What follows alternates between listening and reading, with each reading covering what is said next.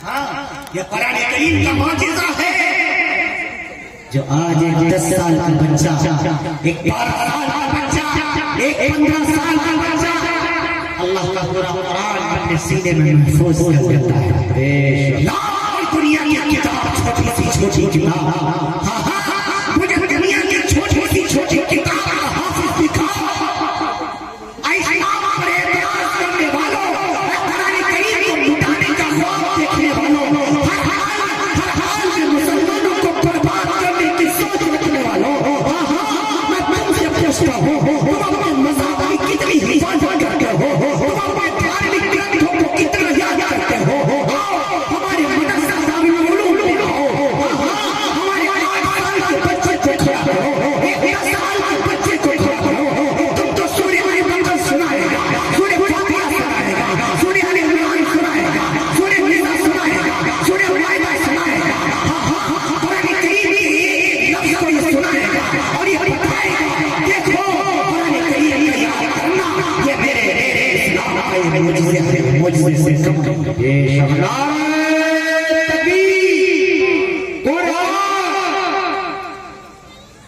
دنیا کی کوئی طاقت اس کتاب کو مٹا نہیں سکتی۔ جس کتاب کا حافظ ایک 10 سال کا بچہ ہو، جس کتاب کو اپنے سینے میں بسانے والا ایک 12 سال کا بچہ ہو، جس قرآن کو اپنے سینے میں محفوظ کرنے والا ایک 7 سال کا حافظ ہو، بتاؤ وہ سکتا ہے؟ وہ اسلام مٹ سکتا ہے؟ یہ خواب دیکھنے والا خواب دیکھ کر دنیا سے چلے گئے، اسلام بھی ہم خاندان کے ساتھ زندہ بندہ ہے، انشاءاللہ صبح قیامت تک زندہ رہے گا انشاءاللہ۔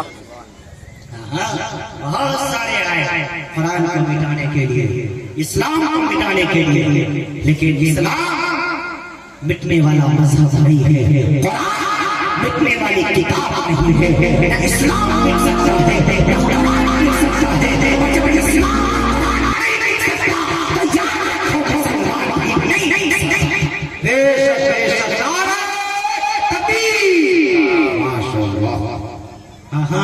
اسلام بھی زندہ رہے گا، قرآن بھی زندہ رہے گا، اور اسی اسلام اور قرآن کے ساتھ انشاءاللہ مسلمان بھی صبح قیامت تک زندہ رہے گا انشاءاللہ۔ بہت سارے لوگ یہی خواب انگریزوں نے دیکھے تھا، میں بنگلور جانا ہوں، پٹنہ ایئرپورٹ ایک صاحب میرے پاس آئے، کہاں جا رہے ہیں؟ جی میں بنگلور جا رہا ہوں۔ اچھا کیا کرنے جا رہے ہیں؟ اپنے مذہبی بھائیوں کو مذہبی کتاب کی بات کرنے جا رہا ہوں۔ انہوں نے مجھ سے کہا تلک لگائے ہوئے تھے، دھوتی پہنے ہوئے تھے، کیسریا بھگوا کلر کا کپڑا اختیار کیے ہوئے تھے، مجھے دیکھ کر لوگ چھیڑنے لگتے ہیں، اس داڑھی سے نفرت ہو گئی، اس ٹوپی سے نفرت ہو گئی، یہ پگڑی ہماری ان کی آنکھوں میں چبھنے لگی، وہ ہمارے لباس سے خطرہ محسوس کرتے ہیں، ان کو ہماری جیب میں ایٹم بم نظر آتا ہے۔ جب ایئرپورٹ پہ جاتا ہوں پگڑی اتروا کے مشینوں میں ڈالی جاتی ہے، شیروانی اتار کے مشین میں ڈلوائی جاتی ہے، حد تو یہ ہو گئی شوز بھی اتروائے گئے، مولوی صاحب اسے بھی مشین میں ڈالیے، میاں اس سوچ کے اندر جوتی کے اندر ہم کیا چھپائیں گے؟ دیکھو اس داڑھی میں رب نے کتنی برکت رکھ دی، اس ٹوپی میں رب نے کتنی برکت رکھ دی۔ ہمیں کہتے ہیں تم تھوڑے ہو پھر بھی خوف کرتے ہیں، ہمیں کہتے ہیں تم اقلیت میں ہو پھر بھی ڈرے پھرتے ہیں۔ یہ مسلمان کی داڑھی ہتھیار بن جاتی ہے، یہ اس کی ٹوپی ہتھیار بن جاتی ہے، یہ اس کا لباس دیکھ کے خوف کرتے ہیں۔ آپ ٹوپی پہن کر، آپ چہرے پر داڑھی رکھ کے، آپ پائجامہ پہن کر 10-20 آدمی گزر جائیں گے، ادھر سے لاکھوں کا مجمع ہو تمہیں دیکھے گا، اچانک ہو جائے گا، دیکھ کے حیران ہوگا، ارے یہ کہاں جا رہے ہیں؟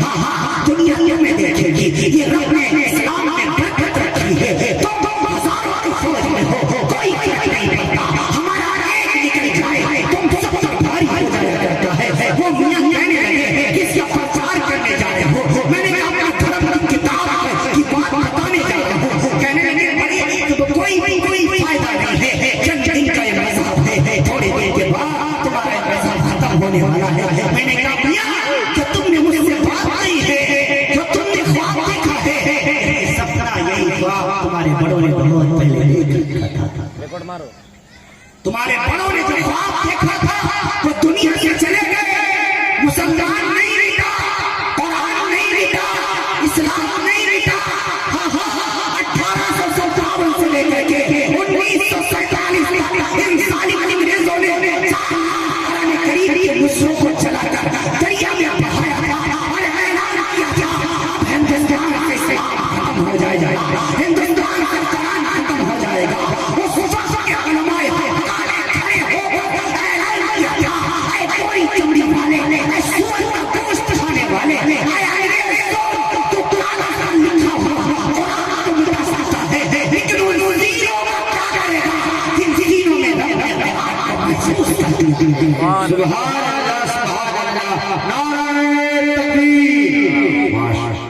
سینوں کا کیا کیا ہم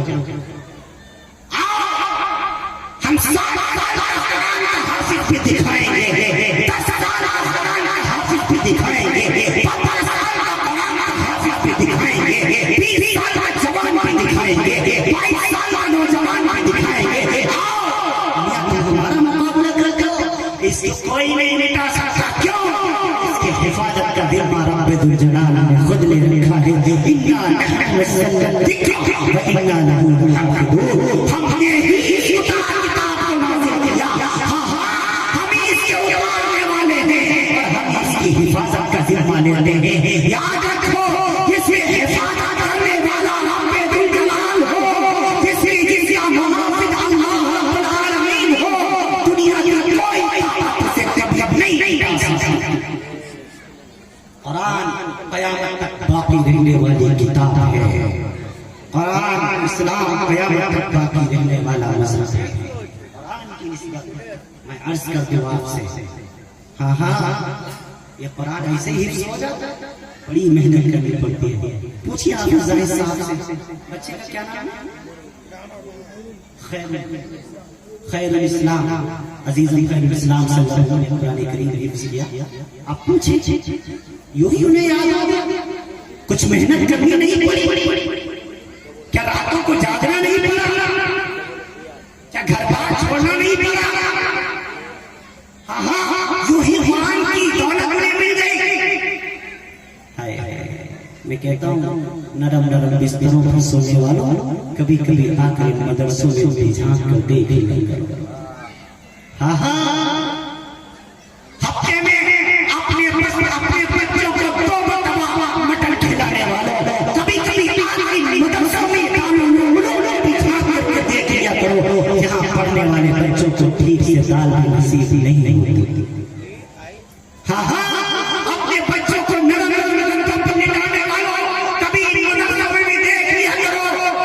چٹائی پر بیٹھ رہے ہیں، اللہ کا قرآن یاد کرتے ہیں۔ تم تو بڑے ہویا کرتے ہو، یہ راتوں میں اٹھ کر اللہ کا قرآن پڑھا کرتے ہیں، تمہیں تو کوئی فکر نہیں ہے۔ دن بھر تم نے گناہ کیے، رات بھی تمہاری گناہوں میں گزری، نہ تمہیں نماز سے مطلب، نہ تمہیں رمضان آئے روزوں سے مطلب، صدقہ خیرات سے دور ہو گئے، اچھے اخلاق سے پورے ہو گئے۔ ان مدرسوں میں دیکھو، یہ دین کے محافظ ہیں، یہ اسلام کے قلعے ہیں، یہ قرآن کے محافظ ہیں، یہ اسلام کے محافظ ہیں، یہ ایمان کے محافظ ہیں۔ مدرسے اسلام کی حفاظت کا ذریعہ ہے، قرآن کی بقا کا ذریعہ ہے، قرآن کی حفاظت کا ذریعہ ہے۔ تم نے تو گناہ کر کے اللہ کی دھرتی کو عذاب سے بھر دیا ہے۔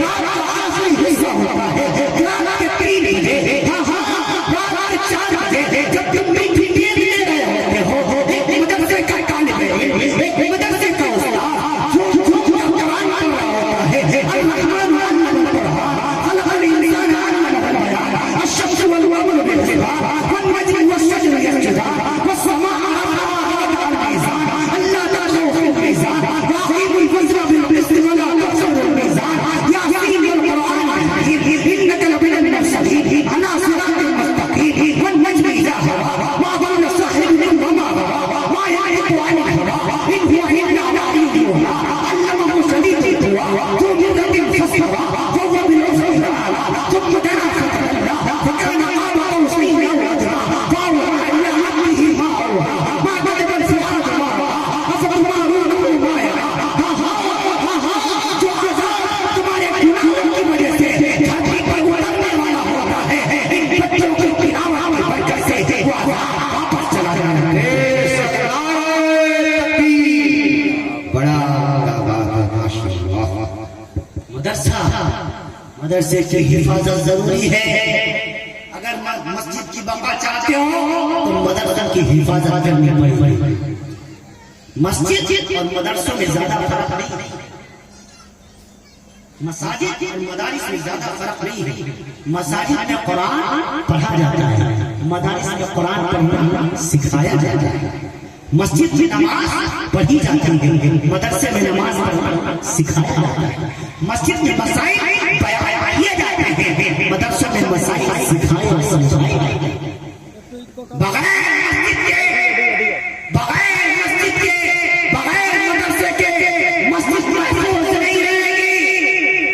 چھیڑچھاڑ نہ کرنا، بہت اچھا چل رہا ہے، یوں ہی پڑھا رہنا۔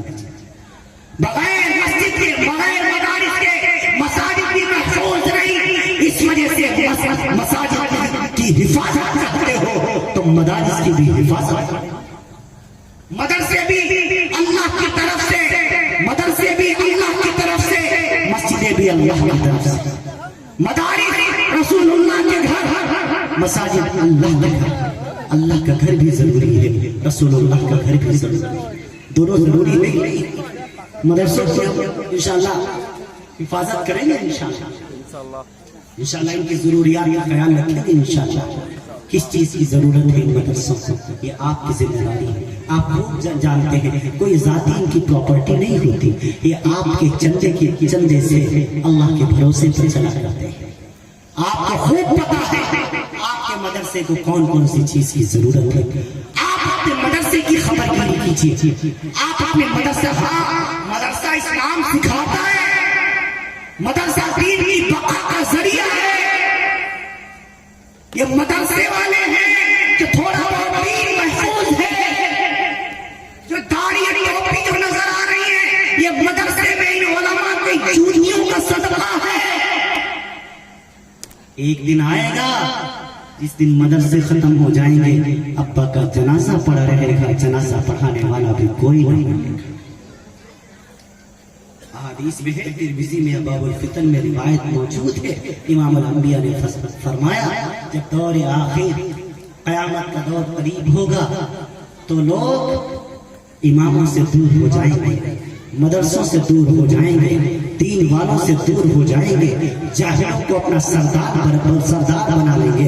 وَصَادَرُ قَبِيلَةَ فَاسِقُهُ وَكَانَ زَعِيمَ الْقَوْمِ أَرْجُلَهُ وَأُكْرِمُ الرَّجُلُ مَخَافَةَ شَرِّهِ وَزَحْفَةِ الْقَيْنَاتِ وَالْمَعَادِفِ وَشُرِبَتِ الْخُمُورِ وَلَانَ آخِرُ هَذِهِ الْأُمَّةِ أَوَّلَهَا رواه الترمذی۔ میرے نبی نے فرمایا جب دور قیامت کا قریب ہوگا لوگ جاہلوں کی باتیں تو سنیں گے، ہاں ایک رات میں ناچنے والے کو 1 لاکھ روپے دے دیں گے، لیکن مسجد کے امام کو 10,000 دینے سے قاصر رہ جائیں گے، مدرسے کے پورے پاپ پڑھانے والے کو 10,000 دینے سے قاصر رہ جائیں گے، ایک دین کی بات بتانے والے کو 5,000 دینے میں بھی ان کے پیٹ میں مروڑ پیدا ہو جائے گی۔ اے لوگوں جب یہ سب ہونے لگ جائے تو تم دیکھنا وَكَانَ ضَعِيمَ الْقَوْمِ أَرْجُلَهُمْ، وہاں کیا ہوگا وَصَارَتِ الْأَصْوَاتُ فِي الْمَسَاجِدِ، ان مسجدوں میں شور شرابہ ہونے لگے گا، ان مسلوں پر جاہلوں کا قبضہ ہو جائے گا، جاہلوں ان مسلوں پر قبضہ کر لیں گے، یہ اپنا دین تو برباد کریں گے، تمہارے اپنے دین کو برباد کریں گے۔ اے لوگوں اپنے مدرسوں کو مضبوط کرو، اپنی مسجدوں کو مضبوط کرو، علماء کو مجبور نہ کرو، مضبوط کرو، مدرسوں کو مجبور نہ کرو، مضبوط کرو، ہر اعتبار سے ان کا ساتھ دو، یہ جان مانگے جان لٹا دو، مال مانگے مال لٹا دو، اولاد کی فرمائش کرے اپنے بچوں سے مدرسوں کو بھر دو۔ آئے لوگوں وقت تقاضا یہ ہے اگر آنے والی نسلوں کی ایمان کی حفاظت چاہتے ہو، آگے آنے والی نسلوں کی ایمان کی سلامتی چاہتے ہو تو آئے لوگوں اپنے مدرسوں کی حفاظت کرو، ان کو اللہ کا قرآن پڑھاؤ، نبی کی شریعت سمجھاؤ، انہیں نبی کی حدیث سمجھاؤ، انہیں نبی کا طریقہ سمجھاؤ، ورنہ وہ دن دور نہیں تمہارے بیٹے کلمہ طیب پڑھنے سے بھی قاصر رہ جائیں گے۔ وہ دن دور نہیں، ظالم چاہتا ہے لوگ مدرسے سے کٹیں، لوگ مدرسے سے دور ہو جائیں، اور ان مدرسوں نے ہمیشہ ان مدرسوں نے اسلام کی حقانیت اور اسلام کی بلندی اور اسلام کا دفاع اس کی سوچ ہمیشہ رکھی۔ مدرسہ بزدل نہیں بناتا، مدرسہ بہادر بناتا ہے۔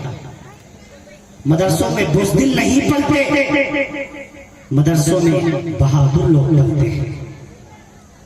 مدرسہ جھکنا نہیں سکھاتا، مدرسہ ڈٹنا سکھاتا ہے۔ مدرسہ کسی کے سامنے گڑگڑانا نہیں سکھاتا، مدرسہ آنکھوں میں آنکھیں ڈال کر بات کرنا سکھاتا ہے۔ چاہے وہ وقت کی ظالم حکومت ہو یا کوئی ایوان صدر کا مالک ہو یا پارلیمنٹ کے اندر بیٹھے ہوئے لوگ ہو یا کاؤنسل ہاؤس لکھنؤ مدرسہ کسی سے ڈرنا نہیں سکھاتا، مدرسہ صرف ایک اللہ سے ڈرنا سکھاتا ہے، مدرسہ صرف ایک اللہ کے سامنے جھکنا سکھاتا ہے، اور مدرسہ یہ بتاتا ہے اگر تم ایک اللہ سے ڈرنے لگ جاؤ گے تو تمہارے اندر سے اللہ ہر ایک کا ڈر نکال دے گا۔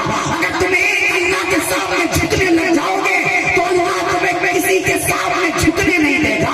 مدرسہ سکھاتا ہے اگر تم ایک اللہ سے نہیں ڈرو گے تو تمہیں ہر ایک سے ڈرنا پڑے گا، اگر تم ایک اللہ کے سامنے نہیں جھکو گے تو تمہیں ہر ایک کے سامنے جھکنا پڑے گا۔ یہ مدرسے کی تعلیم ہے۔ آپ تھوڑا مدرسوں سے اپنے آپ کو قریب کیجیے۔ مدرسہ کیا ہے؟ امام الانبیاء احمد مصطفیٰ محمد مصطفیٰ صلی اللہ علیہ وسلم کا گھر ہے۔ اللہ کے رسول صلی اللہ علیہ وسلم کے مہمان ہیں، یہاں پڑھنے اور پڑھانے والے ہیں، ان کا اکرام، ان کی عزت، ان کو تحفے تحائف دینا، ان کی خبرگیری کرنا، ہر اعتبار سے ان کی مدد کرنا، یہ آپ کے ذمہ لازم اور واجب ہے۔